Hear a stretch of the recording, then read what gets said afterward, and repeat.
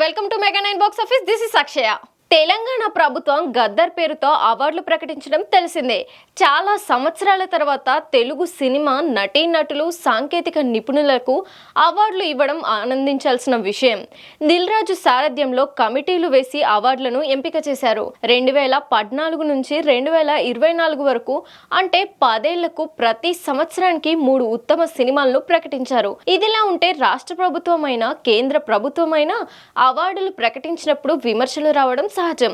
ఇప్పుడు గద్దర్ అవార్డులకు వ్యతిరేకంగా మాట్లాడితే బాగోదనే ఉద్దేశంతో ఎవరూ మాట్లాడడం లేదు. కానీ చాలా మందికి అసంతృప్తి ఉందని ఇండస్ట్రీలో టాక్ వినిపిస్తుంది. ముఖ్యంగా గద్దర్ కమిటీకి మన సినిమా కనబడలేదా అనే విమర్శలు వస్తున్నాయి. అలాగే తెలంగాణ బ్యాక్ డ్రాప్ తో రూపొందిన సినిమాలకు కూడా అన్యాయం జరిగిందనే మాటలు వినిపిస్తున్నాయి.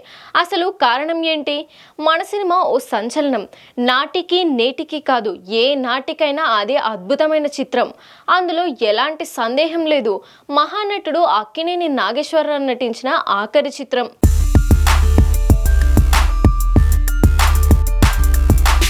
అక్కినేనితో పాటు ఫ్యామిలీ హీరోలు నాగార్జున, నాగచైతన్య, అఖిల్ కలిసి నటించిన సినిమా అది. ఈ సినిమా అక్కినేని కుటుంబానికే కాదు, తెలుగు సినిమా చరిత్రలోనే మరిచిపోలేని చిత్రం.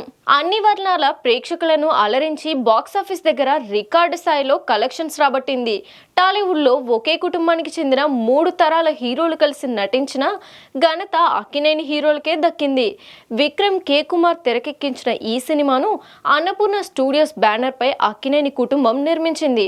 ఈ ఒక్క చిత్రానికే నిర్మాతగా నాగార్జున పేరు వేసుకోకుండా అక్కినేని కుటుంబం అని టైటిల్స్ లో వేయడం విశేషం. ఇక అసలు విషయానికి వస్తే, మనం సినిమా 2014 మే 23న విడుదలైంది. ఆ సంవత్సరంలో ఉత్తమ చిత్రాలుగా రన్ రాజా రన్, పాఠశాల, అల్లుడు సీను చిత్రాలకు అవార్డులు ప్రకటించారు. అదే సంవత్సరం మే 23న రిలీజ్ అయిన మనం సినిమాకు ఎందుకు అవార్డు ఇవ్వలేదంటే, సెన్సార్ డేట్ ప్రకారం నిర్ణయం తీసుకున్నామని, తెలంగాణ ఏర్పాటు తేదీకి అనుగుణంగా కట్ ఆఫ్ డేట్స్ ఫిక్స్ చేయటం వలన మనం సినిమా జాబితాలోకి రాలేదని చెబుతున్నారు. మనసుంటే మార్గం ఉంటుంది అంటారు. మహానటుడు అక్కినేని నాగేశ్వరరావు నటించిన ఆఖరి చిత్రం అది. ఈరోజు హైదరాబాద్లో తెలుగు సినిమా ఇండస్ట్రీ ఉందంటే, ఇంతలా అభివృద్ధి చెందిందంటే ఆయనే కారణం. మొదటి అడుగు వేసింది అక్కినేని. గ్రేట్ యాక్టర్ మాత్రమే కాదు, గ్రేట్ విజనరీ.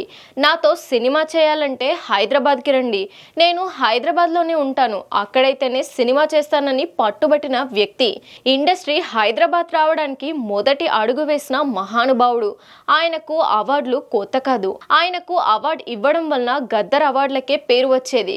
కమిటీ లెక్కల ప్రకారం జాబితాలోకి రాకపోయినా తెలుగు సినిమాకి, హైదరాబాద్కి ఇండస్ట్రీ తరలి రావడానికి ప్రధాన కారణమైన అక్కినేనికి స్పెషల్ జ్యూరీ అవార్డు ఇస్తే, మనం సినిమాకి స్పెషల్ అవార్డు ఇస్తే ఎంతో బాగుండేదని మాట వినిపిస్తుంది.